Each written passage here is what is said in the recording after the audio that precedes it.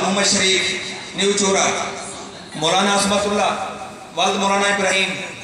Mohammad Ibrahim, Maulana Habibullah Mohammad Bahawal,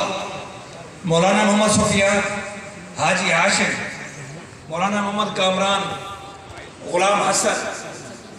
Maulana Mohammad Ikram Ghulam server, Maulana हिदायतुर Rahman हनीफुर Rahman, Maulana Mohammad Saqlain Aurangzeb, Maulana Mohammad Saeed Hafiz Ahmad Nawaz,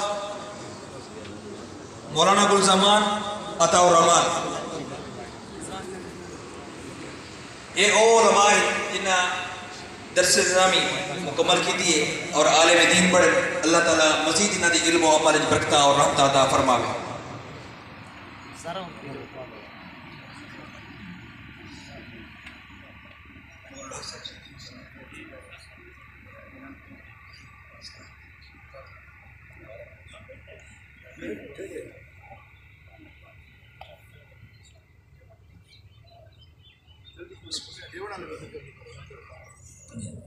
Hafiz Mohammad Shaukat